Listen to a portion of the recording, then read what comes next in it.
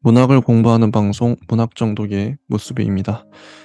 저희는 이상문학상 작품집 2022년 제45회 읽어왔고요. 대상 수상작으로 손보미 작가님의 불장난이 당선되었습니다.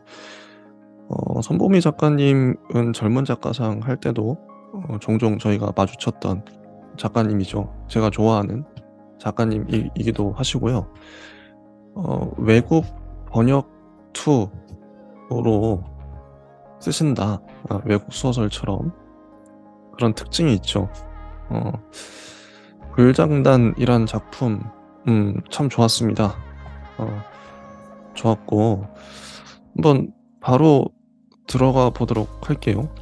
첫 번째 문장 "남자들이란 항상 골칫거리지."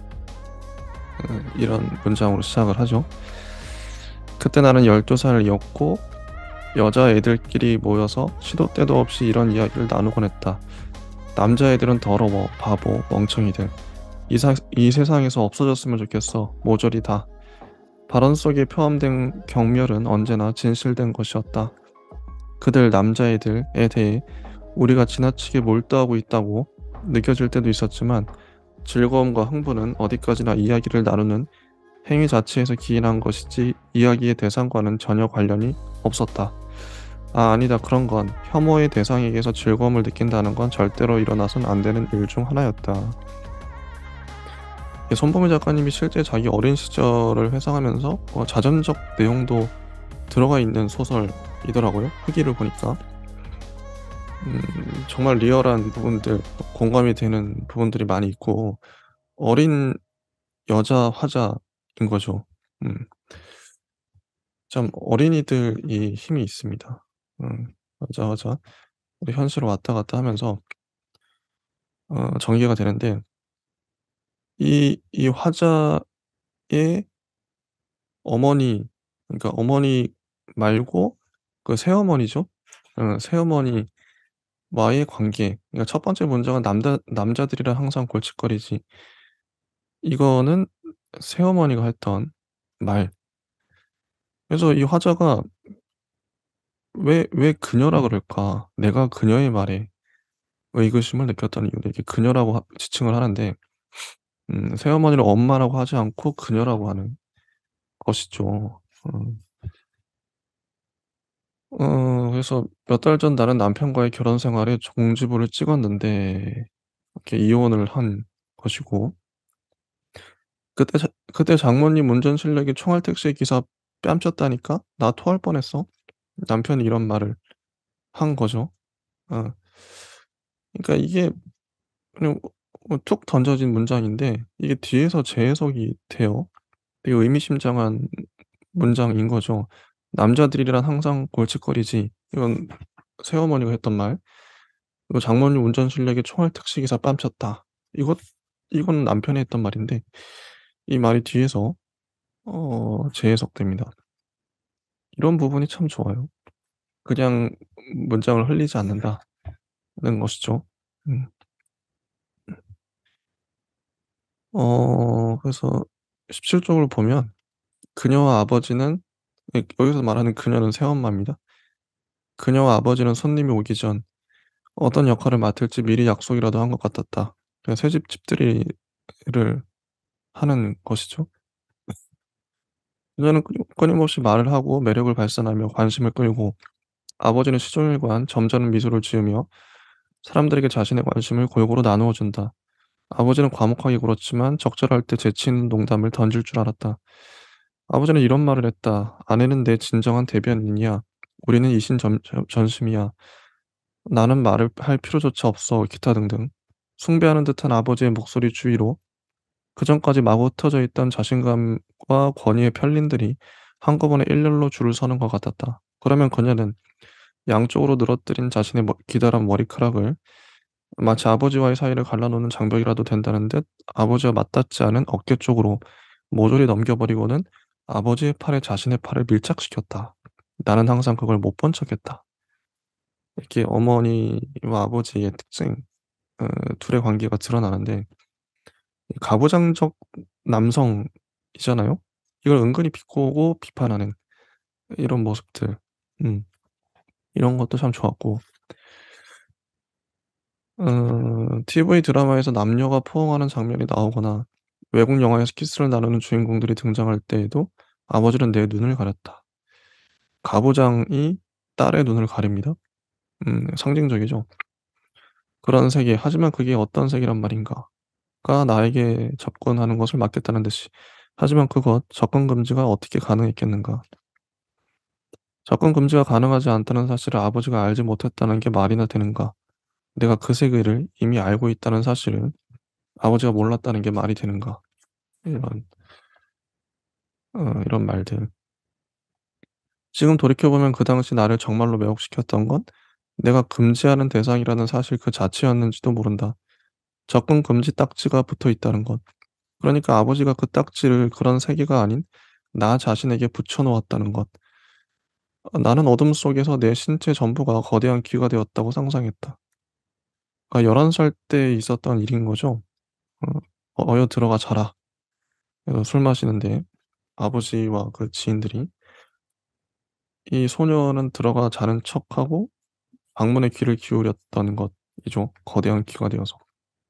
"내 아내는 내가 원하는 걸 말하지 않아도 모두 다 알아차린단 말이야." 이런 말을 아버지가 하고 이랬던 기억. 음 몰래 듣는 어 어 아버지는 뭐 퇴직한 후로 그녀와 둘만의 여행을 떠났다가 돌아오기도 하고 그날 그를 처음으로 우리 집에 데리고 간 날 이건 자기 남편 얘기를 하는 거죠. 끝도 없이 질문서리를 던지는 그녀와 입을 다문 채 그를 바라보는 아버지를 보며 나는 그들이 그 옛날 손님들과 머물던 식탁으로 돌아가려는 시도를 하고 있는 게 아닌가 하는 의심이 들었다. 아버지와 그녀가 나와 그를 이용해서 자신들의 특정한 시기를 반복해 보려는 공모를 했을지도 모른다는 그런 의구심. 여기서 이제 화자가 아버지와 그녀를 어떻게 보고 있는지 관점이 드러나죠. 음. 이게 호의적이지 않고 뭔가 적대적인 그런 감정들. 가부장에 대한 마음일 거예요. "장모님 연세가 어떻게 되신다고 했지?" 이게 남편에게 물었던 거죠, 아버지가. 그 후로 그는 한 번도 그녀의 운전에 대해 언급한 적이 없었는데 몇 년이나 지난 후에야 불쑥 그런 말을 꺼낸 것이다. "장모님의 운전 실력이 총알 택시기사 뺨친다고? 나는 그때 뭐라고 했던가?" 아 장모님 연세가 어떻게 되신다고 했지? 이거는 남편이 한 말이죠. "나는 그때 뭐라고 했던가?" 그중 나는 남편이 하는 말에 일일이 반응하지 않으려고 그저 농담처럼 받아들이려고 노력하는 중이었다. 그래서 나는 이렇게 대답했다. "쓸데없이 뺨을 왜 쳐?" 음. 이런. "지금도 나는 궁금하다. 그는 그저 재미있는 일화를 불현듯 떠올리는 것에 불과했던 것일까? 아니면 그녀의 운전 습관을 계속 마음에 품고 있다가 이때다 싶은 시점에 의도적으로 내게 던진 것일까? 그런 식으로 장모의 무신경하고 성급한 부분을 내 앞에 들이밀면서 이렇게 말하고 싶었던 것일까? 당신은 정말 무신경이 장모님을 닮아서 그런가 봐. 피는 못 속이잖아. 정말로 그런가? 아니면 그가 내게 자주 하는 말처럼 내가 모든 것을 너무 극적이고 과장되게 생각하는 것일까? 그러니까 아버지에게 다시 생각해 봐 줄래요? 라고 말하며 눈썹을 움직이던 그녀처럼 이 부분 참 좋습니다. 그 아버지에게 있던 가부장성이 남편에게도 옮겨가고 남편이 이런 말을 '왜 그런 말을 했을까?' 어 추측해 보고 거기에서 인제 이 화자의 심정이 드러나는 거죠. 음. 하지만 여기에는 두 가지 오류가 있다. 무엇보다 그녀는 무신경하지 않았다. 경솔한 부분이 있었다고는 말할 수 있을 것이다. 하지만 나는 경솔하다고 표현하지도 않을 것이다. 대범하다는 표현은 어떨까? 아니면 무모하다고? 그랬다. 그녀는 무모했다. 오래전 그녀는 자신보다 12 살이나 많은 남자, 그것도 자신이 근무하는 학교에 다니는 9 살짜리 딸의 아버지, 유부남과 열렬한 사랑에 빠졌었다. 이게 바로 두 번째 오류였다. 9 살짜리 딸, 그게 바로 나였다. 그러니까 그녀와 나는 피 한 방울 섞이지 않은 사이인 것이다. 우리 집에 처음 왔을 때 그는 이미 그 사실을 알고 있었다. 그러므로 이것은 다분히 의도된 나의 오류다. 아버지와 사랑에 빠졌을 때 그녀는 27 살이었고 초등학교에 부임한 지 몇 년밖에 되지 않은 초짜 교사였다. 그리고 인제 1년 동안 이어진 둘의 사랑은 비밀로 붙여지다가 내가 10 살이 끝나갈 무렵 꼬리가 밟혔다. 그녀는 학교를 그만뒀죠. 이런 스토리가 있었던 것입니다. 음. 유부남과 바람이 났던 그녀. 그래서 아버지는 엄마와 이혼하고 음 어머니를 어머니로 부르죠, 화자는. "엄마는 너에게 사과하고 싶지 않구나. 사과를 받고 싶다면 내 아빠에게 받으렴. 무슨 일이 있어도 나는 영원히 너의 엄마야." 그 엄마에 대해 아빠는 이렇게 얘기하죠. "너희 엄마는 야망이 있는 여자였어." 이은주 그 아버지는 어머니에 대해 그렇게 말하곤 했다. 음.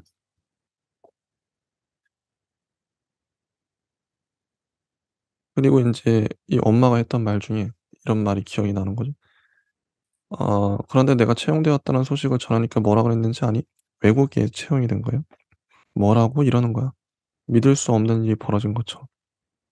"너희 아빠는 내가 거기에 채용될 거라고 눈꼽만큼도 믿지 않았던 거야." 겉으로는 응원하면서 말이죠. 어머니의 분노나 증오 속에는 아버지의 배덕보다는 자신을 진심으로 지지한 적이 없으면서 그런 척했다는 사실이 훨씬 더 큰 지분을 차지하고 있는 것처럼 보였다. 음. 이랬던 것이죠. 음. 그러니까 이런 아버지, 이런 그녀, 이런 어머니에 대한 기억들, 그리고 이 에피소드 나옵니다. 화자가 8 살 때 외식하러 가려고 했어요. 근데 비가 엄청 쏟아졌죠. 그래서 동부간선도로인가 못 가게 됐죠. 비가 너무 많이 와서. 집에 다시 돌아왔어요. 정전이 됐습니다. 양초 3 개를 꺼내요. 불을 붙여요, 라이터로. 그 기억이 꽤 길게 나옵니다. 그때 엄마가 울죠. "엄마 울어? 울어 왜?" 아버지가 놀라서 묻자 어머니가 여전히 훌쩍이며 대답했다. "아, 지금 너무 행복해서 그래." 이게 결정적인 한 장면인 거죠. 어둠 속 미약한 촛불을 앞에 두고 두려움을 애써 숨긴 채로 떡을 씹으면서, 이건 촛불에 배가 고프니까 촛불에 떡을 구워 먹었던 거예요, 냉동떡. 떡을 씹으면서 어머니는 가족의 유대감, 자신이 진정으로 있어야 하는 곳에 있는 것 같다는 안정감을 느꼈을 것이다. 어머니는 자신을 짓누르고 있던, 말로 내뱉기도 싫고 인정하고 싶지도 않았을 복합적인 감정들이 한순간 사라지는 느낌을 받았는지도 모른다. 하지만 동시에 어머니는 그날 그 모든 감각들이 하나의 허상에 지나지 않는다는 점 역시 깨달았을지도 모른다. 정정과 비바람과 천둥 소리를 뚫고 자신에게 도달한 안도감과 해방감은 일시적인 것에 불과하다고. 그것이 자신이 선택한 삶이며 정해진 기간 이곳을 떠나기로 예정되어 있기 때문에 자신이 그 모든 것을 완수할 수 있었다는 사실 역시 깨달았을지도 모른다. 훗날 자신이 머물고 있던 공간을 임시 거처가 아닌 집이라고 마침내 지칭할 수 있게 되었을 때 어머니는 이날을 어떤 식으로 떠올리긴 했을까? 이런 것이죠.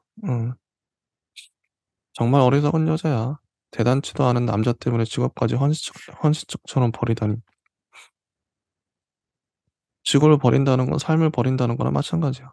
어머니가 그 그녀, 응, 아버지랑 바람난 그녀에 대해 이런 평을 합니다. 음, 이런 말 속에는 그녀에 대한 비난보다는 내게 교훈을 주고 싶다는 의도가 다분했던 것 같다. 어머니는 나를 보며 경고하듯이 말했다. 남자에 미치면 여자가 그렇게도 되는 거다. 알겠니? 여기까지가 인제 전반부라고 할 수 있어요. 어머니와 아버지와 그녀에 대한 이야기. 그리고 후반부 넘어가면 이 화자의 친구들, 특히나 5 학년 때 숙직실을 청소하는 여자애들 그룹, 그중에서도 양우정 얘기가 나옵니다. 양우정에 대한 묘사가 나오고요. 이제 에피소드가 나올 텐데 재밌어요, 이런 구성. 음. 하지만 양우정은 남자애들의 장난에 우리처럼 반응한 적이 없었다. 학기 초에 남자애들이 괜히 양우정 곁을 얼씬거리며 이런저런 장난을 쳤을 때 양우정은 시시하자 하다는 듯이 그 애들을 비웃었다. 분노하거나 아연실색했다는 기색도 없이 그저 맹렬하게 조롱한다는 듯한 표정을 지으면서 내 브래지어를 잡아당기면 네 기분이 좋아져? 그런 거니? 그게 그렇게 좋으면 너희 엄마 것도 잡아당겨 보지 그러니? 양우정은 싸늘하다 못해 너무 우아해서 기품이 느껴질 정도였다. 마치 여왕님처럼. 그러니까 죄인이 무릎을 꿇리고 그걸로도 모자라 장갑으로 뺨을 찰썩찰썩 때리는 여왕님처럼. 결국 시간이 지나자 남자애들은 양우정 무리 근처에는 얼씬도 하지 않게 되었다. 평정심 양우정은 그걸 유지할 줄 알았다. 그런 건 아무나 할 수 있는 게 아니었다. 이런 이런 양우정이었죠. 근데 이 아이들이 화자가 속해 있는 여자 그룹의 아이들이 "야 나 양우정 봤어. 걔네가 중학생 오빠들이랑 노는 걸 봤다."고 이런 얘기를 하죠. 음. 이게 인제 서로 인제 날라리 짓하고 있던데 중학생 오빠들이랑 걔네랑 뭘 하고 있었는데 날라리 짓 그게 뭔데 뭐 어떤 거? 손잡고 뽀뽀하는 거. 양우정이 중학생 오빠랑 손잡고 뽀뽀하는 걸 봤어? 본 것도 아닌데 이렇게 말을 지어내고 그랬던 거죠. "그러다가 임신할 수도 있어." 어. "아니 이건 나 혼자 생각하는 거야." 뭐 이런 말들. 음. 역겹다는 듯이 우리는 고개를 흔들었지만 곧이어 영문도 모르는 채로 웃음이 터졌다. 햄버거를 먹는 것과 임신이 어떤 식으로 연결되는지 알 수 없었지만 어쨌든 우리는 그런 식의 결론, 임신과 우액에 다다른 것이 무척 흡족했다. 그중 우리 사이에서 임신이란 단어는 그런 식으로 우리가 절대 알지 못할 성과 관련된 사안을 이어붙임과 동시에 절단되는 식으로 사용되곤 했다. 물론 우리 자신이 임신의 결과로 태어났다는 생각을 하지 않았다. 이랬던 숙직실을 청소를 하니까 양우정과 친구들이 숙직실에 중학생 오빠들을 드린다. 음 이런 소문 자기들끼리 인제 말을 만들어낸 거죠.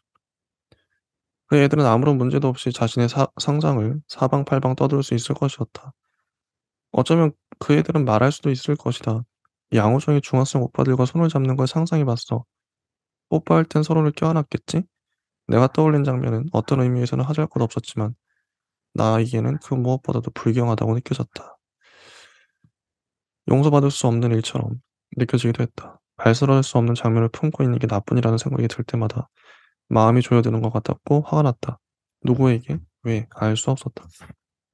음. 이랬던 거죠. 하지만 나는 다른 친구들이 전달해주는 양호정에 대한 이야기에서 허점을 발견하면 애 같았다. 음. 완전한 진실을 알고 싶었던 거죠, 화자는. 그러다 어느 날 숙직실로 갑니다. 음. 그리고 문에 귀를 바짝 대죠. 아까 어린 시절에 부모님의 목소리를 들으려고 술자리 목소리를 들으려고 귀를 문에 댔던 것처럼 귀를 바짝 대요. 어 그러다가 인제 문이 열리죠. 양호정이 나오고 "너 여기서 뭐 하는 건데?" 그래서 그 문 안으로 들어가요. 근데 소문과 달리 중학생 오빠들은 없었다. 양호정과 양호정의 친구들 뿐이었다. 양호정은 나를 위아래로 훑더니 말했다. "들어와. 처음부터 다시 시작하자." 그러니까 양호정과 친구들은 음악을 크게 틀고 춤을 추고 있었어요. 누군가가 아까 흘러나오던 음악을 틀었다. 감미로운 목소리의 남자 가수가 부르는 팝송의 리듬에 맞춰 양호정은 두 손을 각각 양쪽 허리에 얹은 후 엉덩이를 좌우로 움직이며 다리를 길게 뻗어 성큼성큼 걸어 나갔다. 그동안에도 절대 거울 속 자신에게서 눈을 떼진 않았다. 마치 그 좋고 촌스럽고 낡은 방은 패션쇼 런웨이고 자신은 모델이라도 된다는 듯 가상의 런웨이를 침범하지 않으려 애쓰며 어수선하고 산만하게 벽에 다닥다닥 일렬로 붙어서 있던 다른 애들도 자신의 차례가 되자 진지하고 거만한 표정으로 한 명씩 포즈를 취하며 걸어 나갔다. 패션쇼를 한 거죠, 자기들만의. "어때 너도 해 볼래?" 근데 화자는 이렇게 망설이다가 결국 못 해요. 음. "걸어야지. 걸으라니까. 걸어, 걸어, 걸어." 근데 안 하죠. 도망치죠. 정말 한심하다. 최악이야. 음. 그렇게 도망쳤던 화자. 나는 그제야 내 머리 위에 여전히 양호종의 손수건이 둘러져 있다는 사실을 깨달았고 그걸 벗어서 소각장에 던져 버렸다. 이랬던 것이죠. 근데 이 일 이후로 방학이 됐는데 방학식 날 학교도 안 나가고 하자는 집에 틀어박혀 있습니다. 네, 소파 아래에 무언가가 있었다. 무언가가 있다. 왜 여기 왜 이게 여기에 있는 걸까? 나는 그걸 손에 들고 잠시 동안 바라보았다. 그건 아버지의 라이터였다. 아까 라이터 나왔었죠? 이게 다 연결이 됩니다, 하나씩. 음. 라이터를 발견해요. 이거를 들고 하자는 하자는 옥상으로 가죠. 옥상으로 가서 불장난을 합니다. 그래서 제목이 불장난이에요. 음. 아주 짧은 찰나에 불과했지만 분명히 불길은 허공에서 살아 있었다. 햇살이 쨍쨍 내리쬐는 여름의 오후에 내가 열기에 열기를 더한 거라고. 그건 아주 대단한 일이라고 나는 생각했다. 허공에서 맹렬하게 타오르던 불. 그 장면은 내 눈앞에서 선명하고 집요하게 계속해서 다시 떠올랐다. "다시 해 봐. 다시 해 봐." 하고 나를 부추기는 것처럼 온 사방에서 기타 소리와 드럼 소리가 두드러지는 팝송의 전주 부분이 들려오는 것 같은 착각에 빠졌다. 온몸은 땀범벅이 되고 매캐한 연기 때문에 끊임없이 기침이 나고 목이 마르고 어지러웠지만 나는 멈추지 않았다. 날아가며 타들어가는 종이를 보다가 문득 내 자신이 화상 한 번 입지 않았다는 사실을 떠올렸고 불길은 절대 내 신체나 정신에 위해를 끼칠 수 없으리라는 확신이 들었다. 불을 피우는 동안 나는 그 어디도 아프지 않았다. 바로 지금 나는 모든 것, 수치심과 굴욕감, 이물스러움과 꼴사나운 천진함, 기타 등등으로부터 보호받고 있다. 바로 지금 나는 그 어느 때보다 안전하다. 이것이 내가 무모하고 치명적이게 타들어가는 종이를 보며 끝도 없이 머릿속으로 되는 말이었다. 그해 여름, 나는 그렇게 틈만 나면 옥상으로 올라가서 불장난을 했다. 이랬다는 거죠. 불장난, 다 태워버렸던. 무엇을 태웠을까요? 그녀, 뭐 아버지에 대한 감정, 뭐 양호정에 대한 그 모든 것이겠죠. 음. 그러다가 인제 글쓰기 대회가 열렸어요. 거기에 자기 경험을 써서 내고 당선이 되죠. 은상수상. 그래서 선생님이 이 화자의 글을 갖고 와서 읽어 보라고 합니다. "어서 읽어 봐." 근데 이 화자는 되게 망설이죠. 음. 그거를 인제 이게 마지막 장면이에요. 화자가 화자의 글을 읽는 거.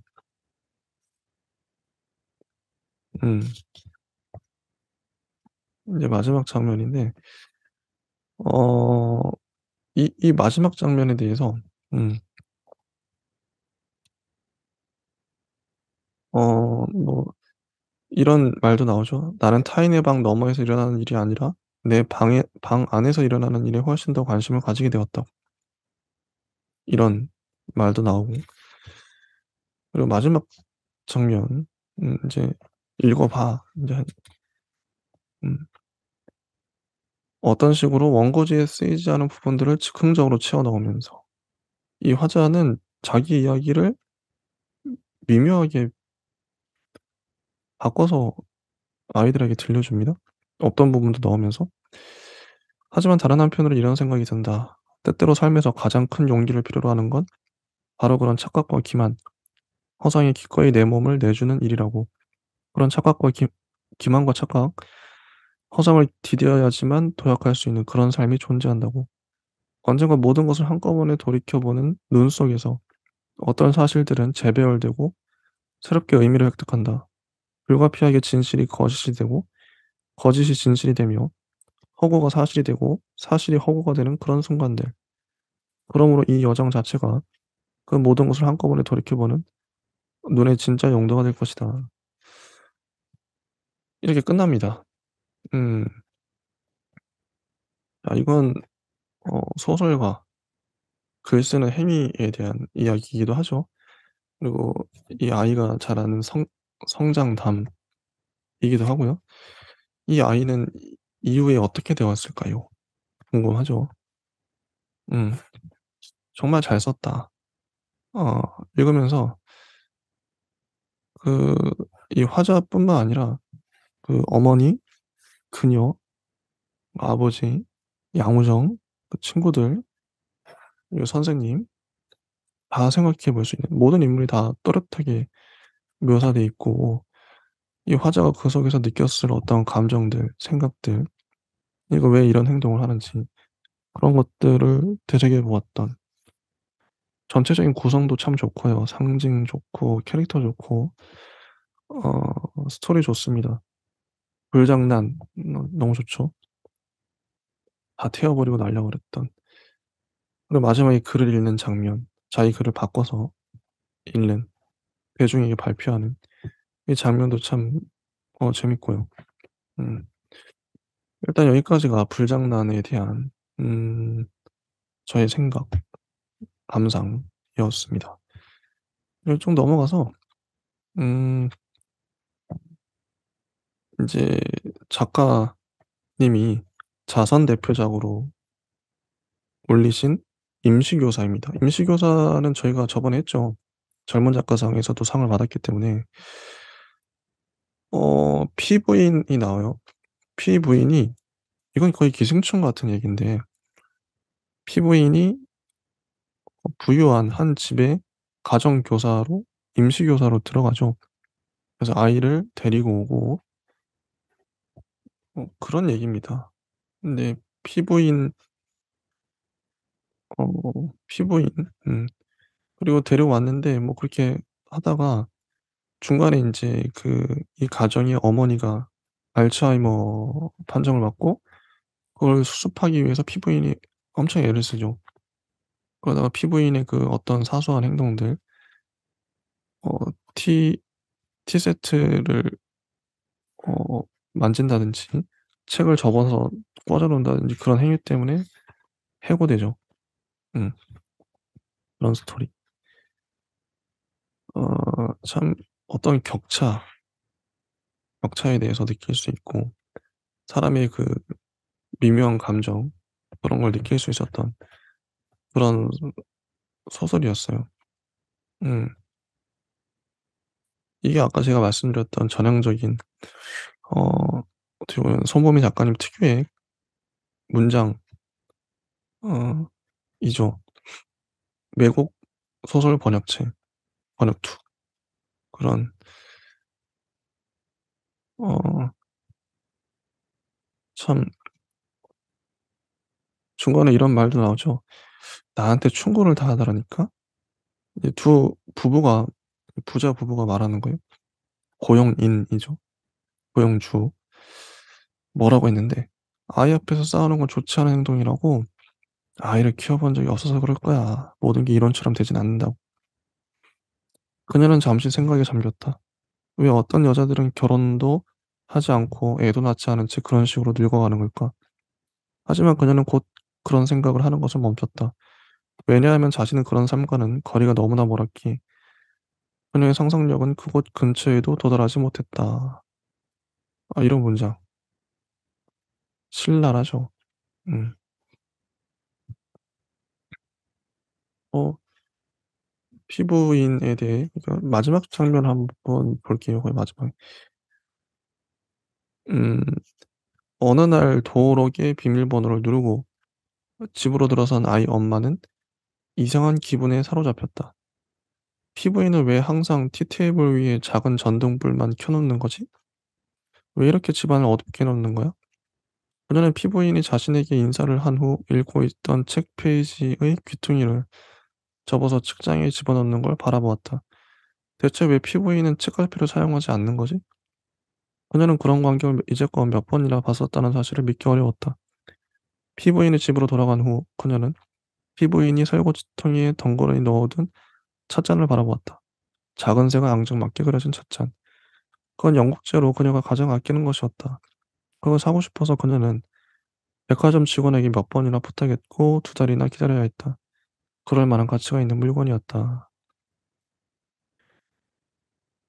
그날 밤 그녀는 남편에게 이제 아이를 어린이집에 종일반에 맡기는 게 좋겠다고 말했다. 피부인은 부모 일을 그만두게 되었다. 이 소설의 특징이 피부인 입장에서 보다도 이 부인과 이 남편의 입장에서 소설이 많이 됩니다. 음. 의도된 것이죠. 그녀는 자신의 삶에서 반복되었던 잘못된 선택, 착각, 부질없는 기대, 굴복이나 패배 따위에 대해 생각했다. 이제 피부인 입장에서 말하는 거예요. 언제나 그런 식이지. 그녀는 항상 그게 용기라고 생각했었다. 그리고 나중에서야 그녀는 그게 용기가 아니라는 걸 깨닫곤 했다. 그렇다면 그건 무엇이었을까? 때때로 무엇인가를 붙잡고 싶어질 때가 있었다. 삶이 그녀 앞에 놓인 삶이 어둠거림의 연속이고 또한 기도의 연속이라는 생각이 들 때도 있었다. 더 이상 기도를 하지 않기를 바라는 기도. 제발 내가 또다시 어리석은 결정을 내리지 않게 도와주세요. 그녀는 얼마나 자기 자신이 기도를 하지 않게 되기를 바랐던가. 음. 그 젊은 부부는 갑자기 외국으로 떠나게 되었다고. 그러니까 이제 오지 않아도 된다고 말했다. 피부인은 그게 거짓말이라는 걸 알고 있었다. 하지만 그게 거짓말인들 어떠랴. 그들 부부에게야말로 잘못된 일은 아무것도 일어나지 않을 것이었다. 그 귀여운 아이는 부족함 없이 부모의 사랑을 받으며 자랄 것이다. 얼마나 똑똑하고 멋진 아이로 자라날까. 네, 마지막 문장. 사는 건 그런 거지. 그녀는 생각했다. 아, 괜찮을 거야. 언젠가 마치 끈을 잡아당기면 엉킨 끈이 풀어지듯이 잘못된 일들이 고쳐질 거야. 피부에는 그렇게 생각하면서 잠들기 위해 눈을 감았다. 잠들기 위해 눈을 감는 건 생각보다는 언제나 쉬운 일이었다. 이렇게 끝이 납니다. 씁쓸한 소설이에요. 결국 그 빈부격차랄까, 고용인과의 피부인의 이런 미묘한 긴장과 갈등, 그런 걸 정말 잘 그려냈던 소설 아닌가 싶습니다. 여기까지 하고요. 다음 시간에 우수작을 보도록 하겠습니다. 감사합니다.